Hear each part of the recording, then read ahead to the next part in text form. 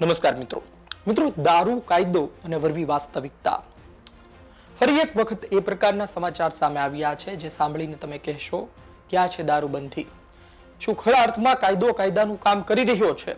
અને જવાબ હા છે તો પછી આ પ્રકારની પરિસ્થિતિ કેમ છે? સિસ્ટમમાં સડો કેમ છે? નસનસમાં દારૂ કેમ છે? વિસ્તારથી વાત કરું એ પહેલા તમે 3 વિડીયો જુઓ કે વિડીયો જોયા બાદ તમને ઘણું ખરું સમજાઈ જશે. ત્યારબાદ હું તમને થોડું વિસ્તારથી કહું. બીજું તમારે કોચરબના ઠાકોરવાસમાં દેશી દારૂનો અડ્ડો ચાલે છે. એ રેડ પડાઈ દેશું મળે. બીજું બાબુ ઠાકોરનો બીજો કોચરબમાં દારૂનો અડ્ડો ચાલે છે. ત્રીજો અડ્ડો ચાલે છે ઇંગ્લિશનો ઝાલાનો. ચોથો ચાલે છે કોચરબમાં ભીલવાસનો. કેમ ચાલે છે એ જવાબ પૂછવા આવે છે. કેમ દારૂના અડ્ડા ચાલે છે? કાલ સાંજનો સૂર્ય અસ્ત થાય ત્યાં સુધી અમારા ડિસ્ટ્રિક્ટ ઇન્સ્પેક્ટરમાં દારૂ જુગારની એક વસ્તુ બનાવી બધાની વચ્ચે કહું છું 4 તારીખે 11 વાગે ડીસીપી જોન સાહેબની કચેરીએ તમારા સસ્પેન્શનની માંગણી લઈને થઈ છે. હું કહું એટલે કરું જ ટેક ઇટ બી સિરિયસલી. અને કોઈ પણ માણસ તમારા કે તમારો સ્ટાફ ઊંચા અવાજમાં બિલકુલ વાત ના કરે. કેમ જિગ્નેશભાઈ આ તો કોઈ ટણી બની ના જોઈએ.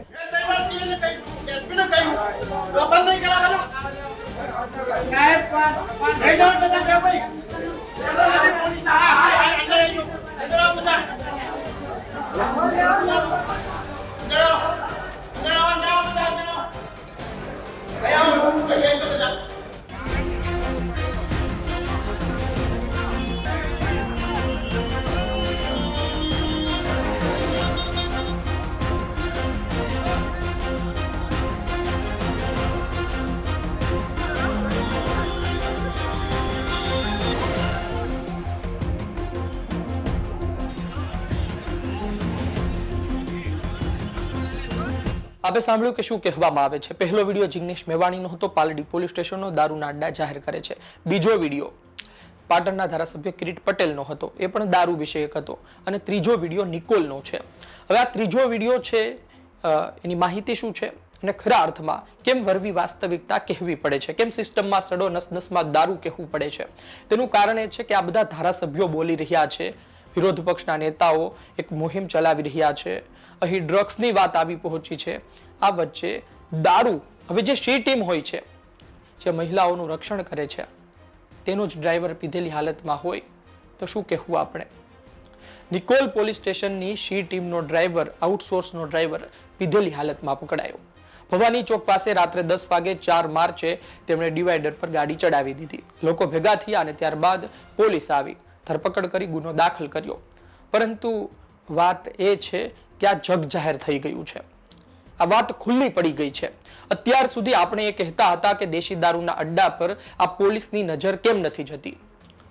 ગુજરાત મોડલ કહેવામાં આવે તો ગુજરાત મોડલનું તો અમદાવાદ નાક કહેવામાં આવે. અને આ અમદાવાદમાં દેશી દારૂના અડ્ડા ભરી ભરીને ચાલે છે. પોલીસ ત્યાં કેમ નથી પહોંચતી? પોલીસ પાસે આમ તો ખૂબ સૂત્રો હોય છે, હ્યુમન સોર્સિસ હોય છે. તો પછી આ તમામ બાબતમાં તેમના સૂત્રો ક્યાં જાય છે? એ વિસ્તારમાં જ પેટ્રોલિંગ કરે ને એ વિસ્તારમાં જ દારૂના અડ્ડા ચાલતા હોય.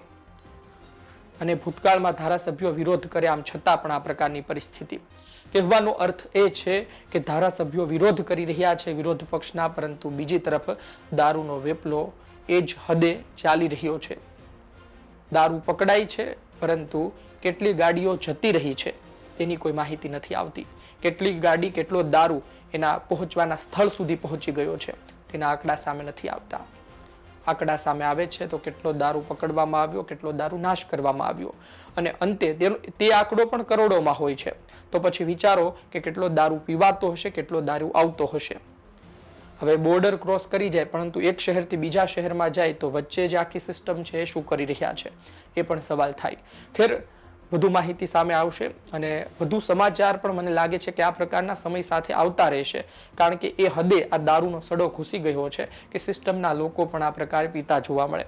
આઉટસોર્સનો કર્મચારી છે તો શું થયું? ડ્રાઈવર છે તો શું થયું? એ સિસ્ટમનો ભાગ જ ગણાઈને તમે આઉટસોર્સ રાખ્યું છે તો પછી આ પ્રકારના લોકો પણ આવી શકે. ખેર, વધુ માહિતી સમય સાથે આપને આપતા રહીશું. આપનું શું કહેવું છે કોમેન્ટ બોક્સમાં લખજો. આપ શું વિચારો છો? કારણ કે મહિલાઓનું રક્ષણ આમાં કઈ રીતે કરવાનું? અને આ તો એક ગાડીની વાત છે, એક પોલીસ સ્ટેશનની વાત છે. આવું હજુ કેટલી જગ્યાએ ચાલે છે કોને ખબર? આ પ્રકારે અકસ્માત કરે ત્યારે તો ખબર પડે કે પીધેલી હાલતમાં છે. ત્યાંથી શાંતિથી ગાડી પસાર થઈ જાય તો કોને ખબર પડવાની કે ભાઈ પીધેલી હાલતમાં હતા? આપનો અભિપ્રાય લખજો. ધન્યવાદ.